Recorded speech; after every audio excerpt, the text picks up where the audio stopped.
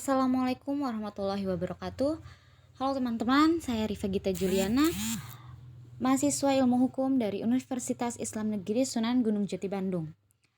Di sini saya akan menjelaskan mengenai tata cara membuat legal opinion. Legal opinion adalah pendapat hukum yang diberikan oleh seorang ahli hukum, seperti seorang pengacara atau firma hukum, mengenai suatu masalah hukum tertentu. Pendapat hukum ini disusun berdasarkan analisis dan penafsiran hukum yang relevan terkait dengan fakta-fakta yang ada. Tujuan dari legal opinion adalah untuk memberikan panduan hukum kepada klien atau pihak terkait dalam menghadapi suatu situasi atau masalah hukum. Pendapat hukum ini dapat berfungsi sebagai alat untuk membantu klien dalam mengambil keputusan yang tepat, menganalisis risiko hukum, atau memahami implikasi hukum dari tindakan atau transaksi tertentu. Baik, langsung saja kepada tutorial membuat legal opinion. Yang pertama, kita membuat dulu kop surat sebagai identifikasi visual yang konsisten dan profesional untuk dokumen ini. Di sini adalah contoh kop surat. Untuk kop surat sendiri didesain berdasarkan kantor hukum yang menaungi bisa membuat sendiri kop surat menggunakan aplikasi edit atau hanya menggunakan Word seperti saya yang mengedit secara langsung. Isi kop surat itu sendiri terdapat logo, nama kantor hukumnya, alamat kantor hukum, nomor telepon, dan email. Langkah selanjutnya, cantumkan tempat tinggal, bulan, dan tahun dibuat surat. Seperti pada contoh, Bandung 4 Juli 2023. Langkah ketiga, cantumkan nama subjek hukum, alamat, dan juga kota yang menjadi tujuan dibuatnya legal opinion ini. Seperti contoh, kepada yang terhormat Ibu Rita Halimah, Direktur Bank Standard Chartered Singapura, di Jalan Suryo Pranoto nomor 8 Jakarta Pusat.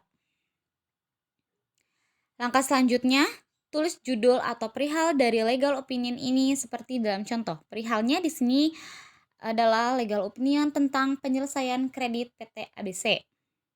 Langkah selanjutnya, tulis identitas pemberi legal opinion seperti yang tercantum pada contoh.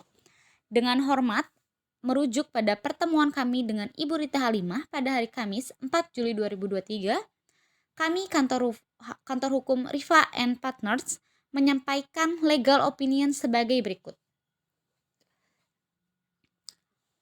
Selanjutnya, cantumkan asumsi dan kualifikasi dari legal opinion seperti pada contoh yang saya tuliskan. Saya menyebutkan beberapa dokumen dari subjek dengan kualifikasi legal opinion ini.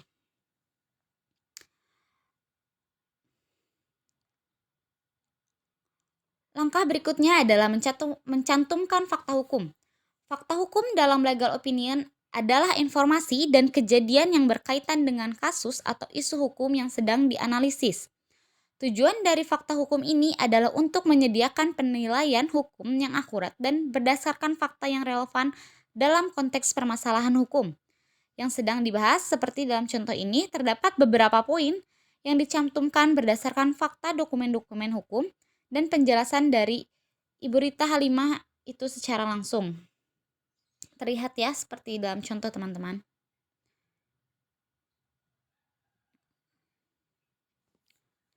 Selanjutnya adalah masalah hukum. Masalah hukum dicantumkan untuk memberi pertanyaan terhadap kasus yang sedang terjadi seperti contoh. Saya menuliskan di sini, bagaimanakah upaya hukum yang dapat ditempuh Bank Standard Chartered Singapura untuk mendapatkan pelunasan piutangnya dari PT ABC.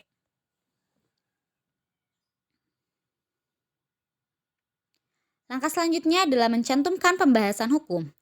Tujuan dari pembahasan hukum dalam sebuah legal opinion adalah untuk memberikan penilaian hukum yang komprehensif dan terperinci terkait suatu masalah hukum yang diberikan kepada klien atau pihak yang meminta pendapat hukum. Seperti pada contoh ini, saya mencantumkan dalam pasal 436 RV, pasal 168 AB Butir 2, pasal 6 Undang-Undang Nomor 4 Tahun 1996, dan pasal 11 UU HT.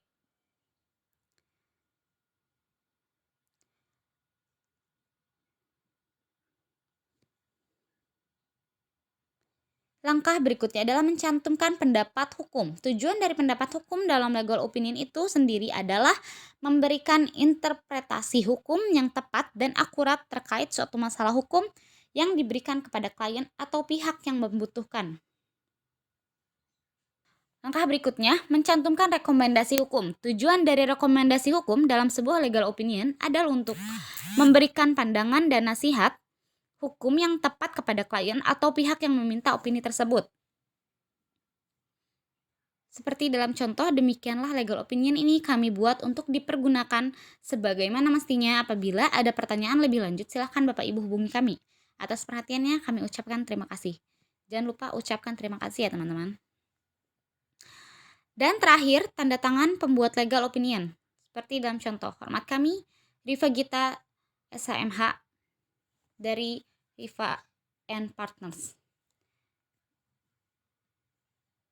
Mungkin cukup sekian mengenai contoh pembuatan legal opinion. Terima kasih atas perhatiannya. Wassalamualaikum warahmatullahi wabarakatuh.